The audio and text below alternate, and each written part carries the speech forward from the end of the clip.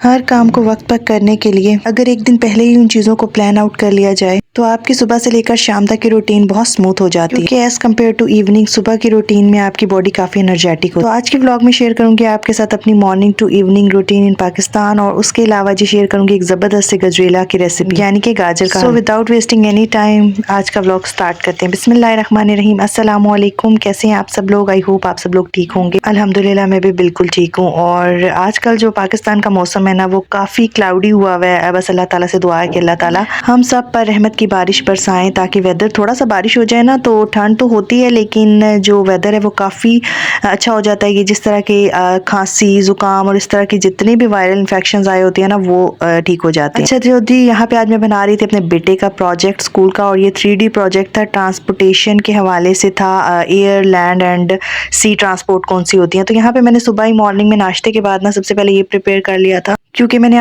Last day से एक दिन पहले ये डिसाइड कर लिया था कि सुबह में मैं इसको बना लूँगी। क्योंकि अगर मैं सुबह में बना लेती हूँ तो फिर मेरा पूरा दिन जो है ना वो सेव हो जाता है। मैं और कामों में तो बिजी रहना ही रहना है मुझे, क्योंकि घर के कामों में जब आप मसरूफ़ हो जाते हैं ना तो फिर इस तरह की चीज़ों के लिए आपको उस तरह से टाइम नहीं मिल रहा होता। अच्छा जी, मैंने इस तरह के प्रोजेक्ट्स बनाने के लिए ना ब्लैंकेट बॉक्स आता है एक, जिसके अंदर कंफर्टर सेट या ब्लैंकेट या बेडशीट्स वगैरह होती है, तो वो मैंने रखा हुआ है। उसके अंदर जितने भी चार्ट पेपर्स और ग्लू वगैरह है ना तो वो मैं इसके अंदर स्टोर करके रखती हूँ।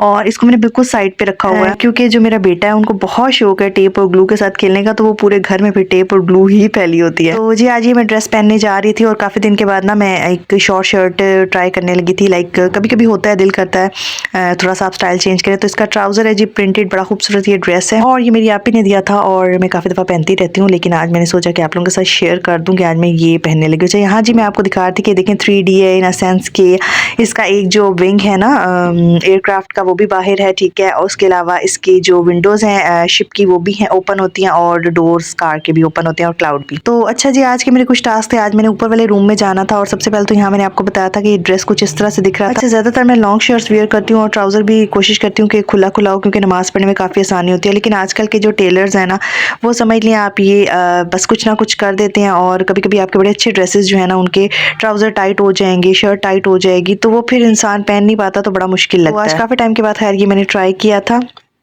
कि नहीं आज छोटी शर्ट पहननी है, और मैंने कहा आपको दिखाऊं। अच्छा यहाँ ऊपर का कमरा जो था ना उसके अंदर मैंने कंफर्टर्स रखे हुए हैं, और इसके अलावा जब भी मैं बेडशीट्स वगैरह वॉश करती हूँ ना तो वो मैं ऊपर वाले कमरे में ही ड्राई करके रख देती हूँ, और उसके बाद जब मुझे टाइम मिलता है तो मैं उनको समेट के उनको तह लगा के ना तो मैं उनको फिर ऊपर कबर्ड में रख देती हूँ। क्योंकि अगर ये फैलावा सब मैं नीचे ले जाऊँ तो फिर बड़ा टफ हो जाता है मेरे लिए अकेले मैनेज करना, कि मैं फिर ऊपर आती हूँ फिर मैं नीचे जाती हूँ, तो बहुत ज़्यादा चक्कर फिर मेरे ऊपर नीचे लगना शुरू हो जाता है। वैसे तो नो डाउट आपकी हेल्थ के लिए भी अच्छा है कि अगर आप दिन में 2-3 बार ऊपर अपस्टेयर्स जाते हैं और डाउनस्टेयर्स आते हैं तो it's good for your health. But सारी गेम जो है ना वो यहाँ पे टाइम मैनेजमेंट की, और कामों को इसी तरह से डिवाइड करके मैं चलती हूँ ताकि हर काम को मैं टाइमली परफॉर्म भी कर लूँ, और इनके साथ जो है ना मैं अपनी नमाज वगैरह भी प्रॉपरली पढ़ सका करूँ। क्योंकि अगर आप सच पूछें ना तो दुनिया के तमाम काम हम बहुत ज़्यादा इंटरेस्ट के साथ करते हैं, हर चीज़ कर लेते हैं, लेकिन जहाँ पे हमें मुश्किल लग रही होती है ना जो वो नमाज का छोटा सा वक्त होता है, और समटाइम हमें ना वो बड़ा मुश्किल लग रहा होता है, और ऐसे एक वजन सा लग रहा होता है कि भाई एक बाहर सा है, तो जबकि इस तरह से नहीं होना चाहिए। तो जी खैर इसीलिए मैं अपने कामों को डिवाइड करके चलती हूँ, ताकि जो नमाज है ना वो आराम से मैं रिलैक्स होकर पढ़ सकूँ। और मुझे ऐसे लगता है कि मैं अल्लाह ताला को डेली रूटीन में ना अपनी एक प्रेजेंट जो है ना वो लगवाती रहती हूँ, कि बस अल्लाह ताला जो है हमारी इबादत को कबूल फरमाए और हम लोगों के गुनाहों को बख्श दे, और हम लोगों को सीधे रास्ते पर चलने की तौफीक दे। आमीन सुम्मा आमीन। क्योंकि देखा जाए तो हम सब इंसान हैं और हम लोग खता का पुतला हैं। ज़रूरी नहीं कि हम लोग हर काम अच्छा ही कर रहे होते हैं। मतलब बहुत सारी ऐसी चीज़ें होती हैं डे रूटीन में हम इबादत सही तरह से नहीं कर रहे होते। वही जैसे मैंने आपको बताया जल्दी जल्दी भागम भाग, तो ये चीज़ें फिर जो है, क्योंकि ये तो दुनियावी काम है, ये कभी ख़त्म नहीं होते, और इनको अगर हम देखते रहें तो फिर हम कुछ भी नहीं कर पाते। अच्छा जी यहाँ पे मैंने स्क्रैप और ब्रश रखा हुआ है। तो ऊपर वाले रूम में इतना ज़्यादा गन नहीं था, जिसकी वजह से फ़िलहाल मैं ये यूज़ करूँगी। अगर एक लॉन्ग टाइम के बाद मैं इसको क्लीन कर रही होती तो मैं ज़रूर यहाँ पे ब्रूम करती, लेकिन अभी ऐसा उस तरह से डस्ट नहीं थी, तो फिर इस वजह से मैंने इसको ब्रश और स्क्रैप के साथ ना क्लीन कर लिया था। ये था एक इवेंट मेरे बेटे के स्कूल में, वहाँ पे मुझे जाना था, जिसकी वजह से एक ड्रेस पर्स मैंने बनवाया था और यहाँ पे मैंने टेलर से पिक किया, देन बेटे को स्कूल से लिया और फिर हम लोग घर आ रहे थे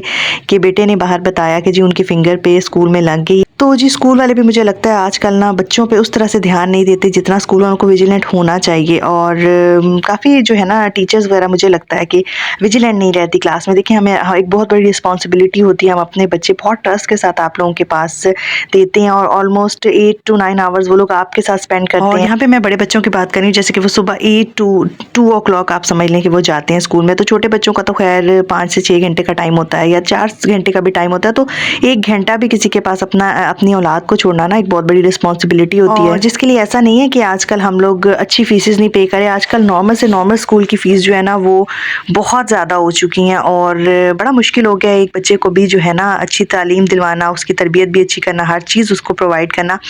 तो ये चीज़ें देखते हुए मुझे लगता है कि आप लोग अगर किसी भी प्रोफेशन में है ना तो प्लीज़ अपने प्रोफेशन के साथ थोड़ा सा सीरियस हो जाएं, और तो ये बहुत अच्छी बात होगी क्योंकि देखें हम तो नहीं देख रहे होते लेकिन अल्लाह ताला तो आपको देख रहा है। और बहुत सारे ऐसे इश्यूज़ हैं, नेक्स्ट किसी ब्लॉग में आपके साथ शेयर करूँगी जो स्कूल के बैड एक्सपीरियंस जो मैंने अपने बेटे को जैसे ही एडमिशन दिलाया था और मैंने फेस किए थे, तो इंशाल्लाह किसी नेक्स्ट ब्लॉग में आपके साथ कंप्लीट शेयर करूँगी। अच्छा फिर जी उसके बाद घर आने के बाद मामा ने मुझे बना के दिए थे जी शामी कबाब, और वो मैंने फ्रीज़ कर दिए थे।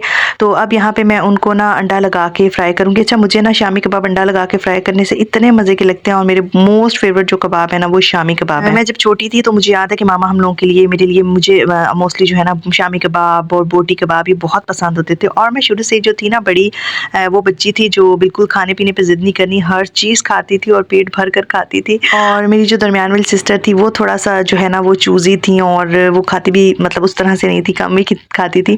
और मामा ने हम लोग के ना तीनों बहनों के लिए दिन रखे हुए थे। बड़ी आपी को पुलाव पसंद था, मुझे बिरयानी, और मेरी जो मिडल सिस्टर है उनको ना जो है वो चाइनीज़ राइस पसंद होते थे। तो माएँ भी बड़ी मेहनत करती हैं और बच्चों को वो चीज़ ज़्यादा मज़े की लगती है जब माँ इतना मेहनत करती है ना, तो अब हमें बड़ा अच्छा फ़ील होता है। और मैं भी कोशिश करती हूँ अपनी तरफ से, मैं ट्राई करती हूँ कि मैं अपने बेटे को भी हर अच्छी चीज़ जो है ना खुद से बना के दे सकूँ। इतने में जी हो गया था नमाज का टाइम और फिर मैंने नमाज अदा कर ली थी। और नमाज के बाद मेरी कोशिश यही होती है कि मैं कुरान पाक की तिलावत ज़रूर करूँ। और जिस दिन मैं इस रूटीन को फॉलो करती हूँ यकीन माने मैं इतनी रिलैक्स होती हूँ, मेरे दिल को एक अजीब सा सुकून होता है कि अल्हम्दुलिल्लाह मैंने नमाजें भी पढ़ी हैं, कुरान पाक की तिलावत भी की और अपने घर की रिस्पॉन्सिबिलिटीज़ भी पूरी की। अच्छा तो यहाँ पे क्विक सी आपको गजरेला यानी कि गाजर के हलवे की रेसिपी आपके साथ शेयर करूँगी। पतीला लिया है, उसमें हमने घी थोड़ा सा डाला है और उसके बाद जी यहाँ पे हम जो गाजरें थी ना क्रश की हुई वो हम डाल लेंगे, ठीक है, उस घी में। कुछ लोग स्टार्टिंग में घी नहीं डालते। अच्छा घी डालने का मकसद ये है कि वो स्टिक नहीं होती क्योंकि वो थोड़ी देर तक अपना पानी गाजरें छोड़ती हैं। यहाँ पे नॉर्मल नाशपति हमारे पास जो डालडा का था वो डाला था, आप देसी घी भी डाल सकते हैं। हमने यहाँ पे देसी घी इसलिए ऐड नहीं किया क्योंकि बाद में हमने इसमें मक्खन डालना था। अच्छा उसके बाद जब गाजरों का पानी भी थोड़ा सा ड्राई हो जाए देन आपने थोड़ा सा उसमें दूध शामिल करना है, यानी कि जितनी आपने गाजरें ली हैं उसकी क्वांटिटी के अकॉर्डिंग आप दूध ले लें कि कितनी आपके पास गाजरें हैं। और यहाँ पे जी आप देखिए मेरी मामा जो है ना खड़ी हुई थी काफ़ी देर से और मेहनत कर रही थी और अभी तक उन्हें शौक है कि अपनी औलाद को ना अपने हाथ से बना के चीज़ें खिलाई जाए। और ऐसा ही है कि माँ के हाथ की चीज़ों का जायका जो है ना वो खुद आप जितना भी कोशिश कर ले नहीं आता। जब पानी वगैरह ड्राई हो जाए उसके बाद आपने शक्कर डाल लेनी है और बाद में जी हम थोड़ा सा मक्खन ऐड करेंगे। शक्कर या चीनी और गाजरों का पानी ड्राई हो जाएगा उसके बाद जी हम लोग यहाँ पे मक्खन ऐड कर रहे हैं और मक्खन ऐड करने के बाद जी इसकी हम भुनाई करेंगे थोड़ी सी, ताकि वो थोड़ा सा इसका जो मक्खन है ना ऑयल सा वो ऊपर आ जाए फिर। और उसके बाद जी मैंने यहाँ पे क्रश लिए थे ड्राई फ्रूट्स जो भी आपके पास अवेलेबल है आप ले लें। बादाम थे, काजू थे और पिस्ता था मेरे पास, तो वो आप एंड में गार्निश कर लीजिएगा। उसके बाद जी मामा यहाँ पे डाल रही थी खोया और इतना मज़े का ये बना था ना, इस रेसिपी को आपने ज़रूर फॉलो करना है और मुझे कमेंट सेक्शन में बताना है। और एंड में आप क्रश नट्स ऊपर डाल दें। थोड़ा सा भी अच्छा लगा तो जाने से पहले प्लीज़ मेरे चैनल को सब्सक्राइब कीजिएगा, वीडियो को लाइक शेयर कीजिएगा। अल्लाह हाफिज़।